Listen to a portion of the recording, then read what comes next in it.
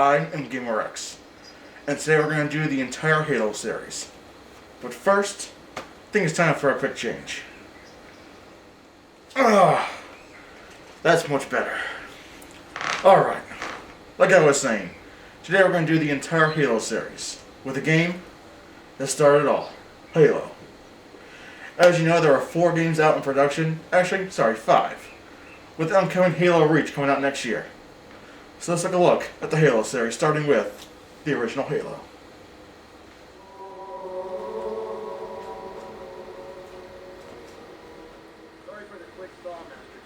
This is the game that started it all, Halo. When you first start the game, of course, I'm sure you've all played this, start off as Master Chief coming out of the cryostasis. Basic instructions, look around, targeting, shielding, all the custom stuff. Okay, Halo, the original one. Basically started the revolution for the next generation of first-person shooters. Basic combat, first-person view, multi-different kind of weapons between rifles, handguns, plasma rifles. You get the idea. The game's been out for a number of years. Alright, now the only difference between Halo 1 and Halo 2, basically in Halo 1, you don't get the dual-wield weapons. Halo 2, you get to do so. That's actually the first introduction of dual-wielding weapons. Not to mention, in Halo 2, the story progresses where you actually play as the Arbiter. Halo 1, you don't get that feature. And that's Halo 1 and Halo 2 for the original Xbox. Now let's do a more recent game, Halo 3.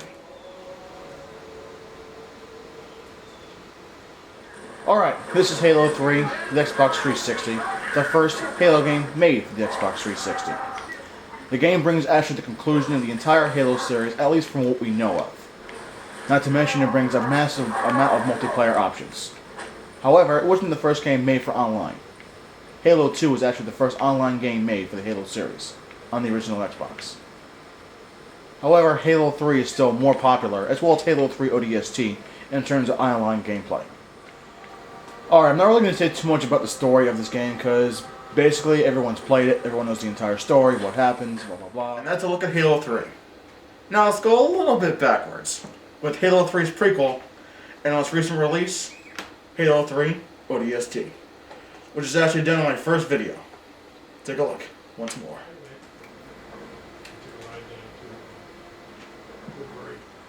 Alright, this is Halo 3 ODST. Now, you guys know it's my first review, I did this game already.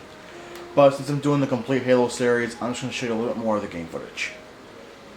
Everyone knows that it's basically done with the orbital drop shop trooper in the city called New Mombasa. You get the idea, because the game has been out for at least over a month now.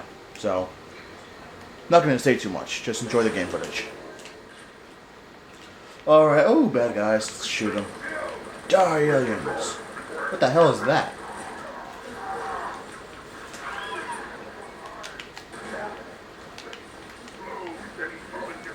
You sons of a...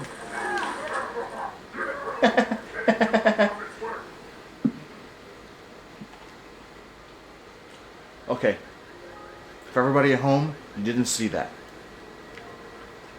I'm going to politely try that again. If I can actually just find them.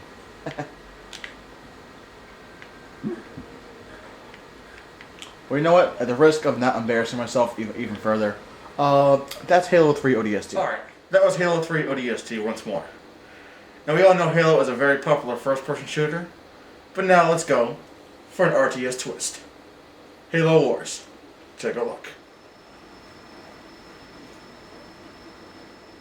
This is Halo Wars.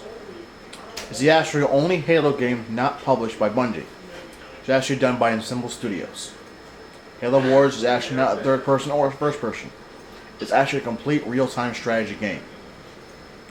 Basically, the game depicts an offense and defense dependent on how you raise your armies. You can have Spartans, soldiers, infantry, flamethrowers for defense. You can have air units, ground units. It really depends on what you want. Now, the entire game itself is based on 3 major aspects: strategy, tactics, and statistics. All 3 of those take place in the entire game itself. The entire game is basically just conquest. Build up your armies, destroy the opposing team, and win. People were actually... they had a mixed review on the game itself. Some people liked it, but most people didn't like it, mainly because of the real-time strategy theme. Personally, I think the Halo Wars game was actually very good. They are making a sequel, but there's no actual word of a release date just yet.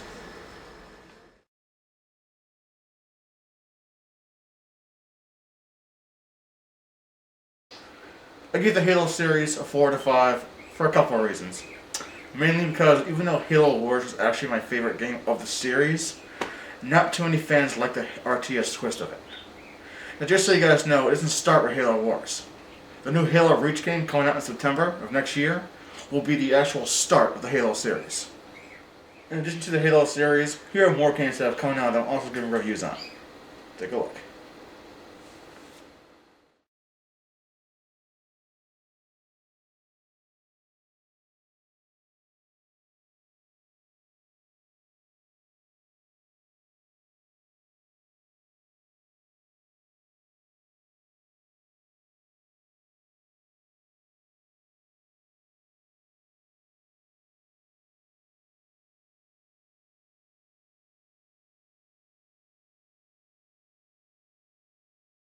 Alright viewers, don't forget, here are more games coming out for the Xbox 360 and PlayStation 3, which you can pre-order now.